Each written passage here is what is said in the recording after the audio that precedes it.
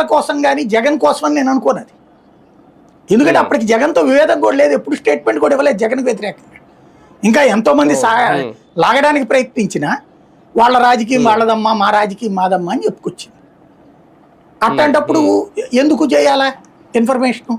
ఇంకోటి ఆమెకి అక్కడ ఏముందని అప్పటికి డిస్ప్యూటు, ఈ ఆస్తి గొడవలు లేవు. అప్పటికి డబ్బులకి సంబంధించినటువంటి ఇష్యూస్ దగ్గరే కదా, ఆ తర్వాతే కదా వచ్చింది.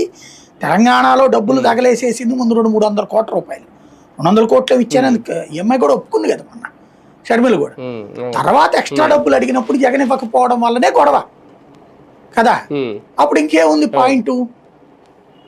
కాబట్టి షర్మిల్ది ట్యాప్ చేసి ఉండొచ్చు, జగన్ కోసమని వీళ్ళు వక్రీకరించారు.